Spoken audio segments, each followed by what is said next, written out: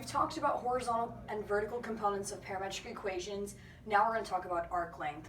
So we know the horizontal and vertical components are x of t and y of t. Now we're going to use those to find out the length of a curve. So what is arc length? It's the idea of using infinitely small lines to define the length of a curve from point A to point B. And as you can see, it's derived from the distance formula.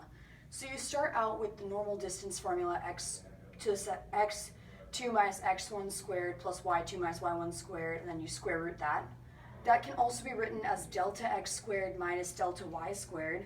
And since we're using infinitely small lines, we add an integral. So that means we also have to add a dt, because that's our variable of integration. And you're going to do dx dt squared plus dy dt squared. So again, this is the derivative of your vertical component and your horizontal component. With that in mind, let's do some examples.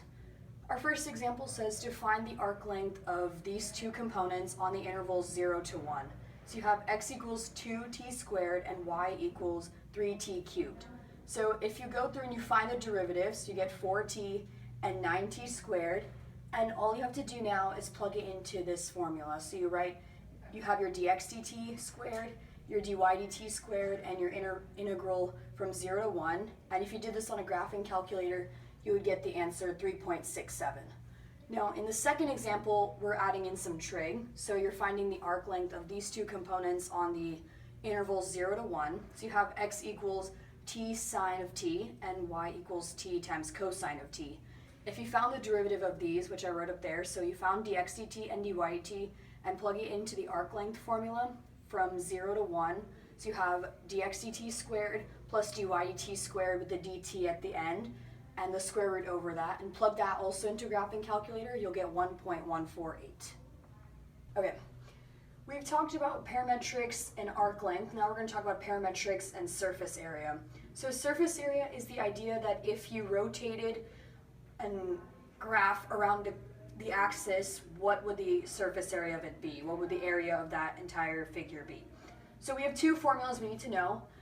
If you're doing surface area around the x-axis, it's S equals, the surface area equals 2 pi, your integral from A to B, so those are your points, and y of t times the arc length of that figure. I'll get to why it's y of t and x of t later. Around the y-axis, it'd be S equals 2 pi, integral from A to B, x of t times the arc length of that figure. So the reason why we want to use y of t around the x-axis and x of t around the y-axis is because these are your radii formulas, and you're multiplying it by arc length, and that'll give you surface area. So let's do an example, that'll make more sense. Example 1 says find the surface area rotated around the x-axis, and they've given you x equals 2t squared, y equals 3t cubed, and it's on the intervals 0 to 1.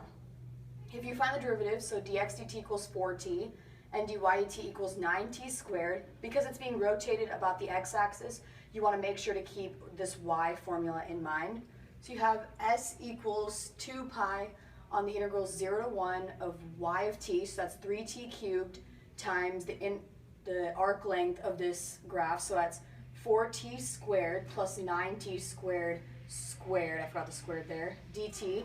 And that should come out to about 32.14 on a graphing calculator. So let's go over the position, velocity, acceleration, and okay. That was on a fourth one. Let's go over the position, velocity, and acceleration relationships for parametrics.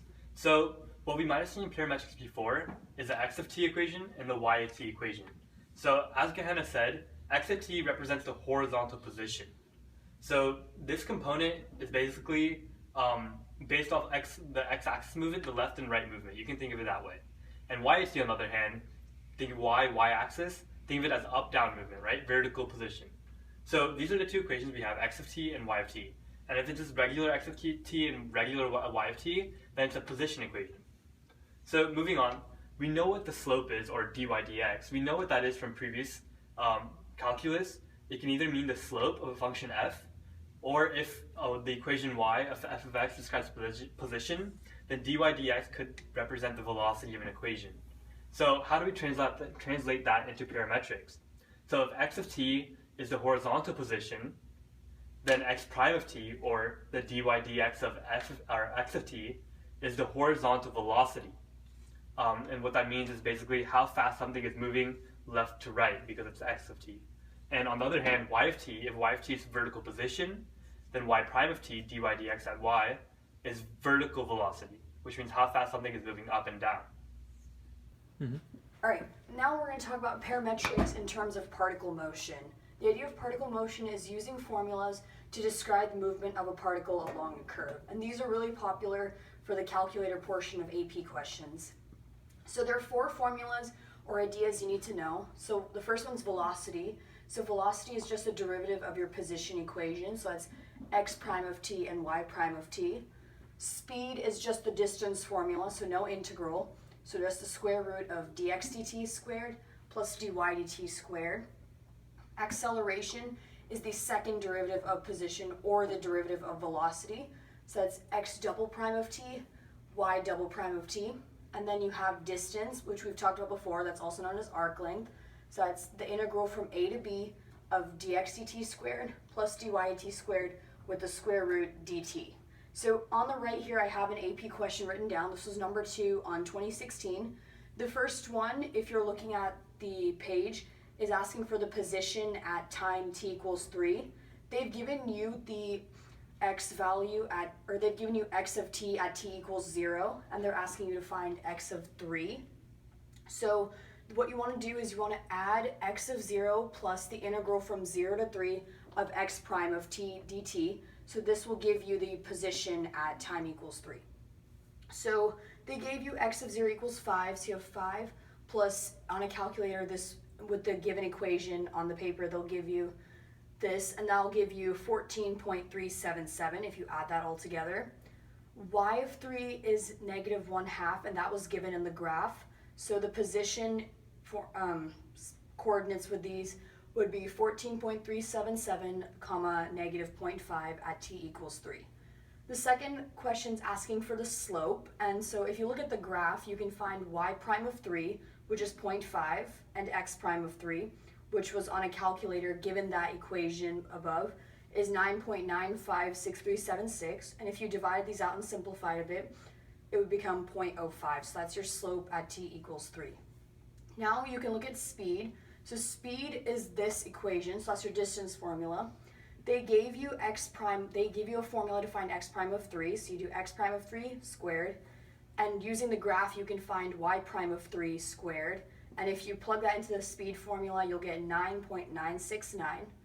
And for the last part, they're asking for the distance on 0 to 2, so you want to split, for here they split the integral into 2 parts. So you have the integral from 0 to 1 of the arc length, so that's the square root of x prime of t squared plus negative 2 squared, and they get this from the graph, plus the integral from 1 to 2 of the square root of x prime of t squared plus 0 squared, and the zeros from the graph. If you did all of the calculations for this, you get 4.350.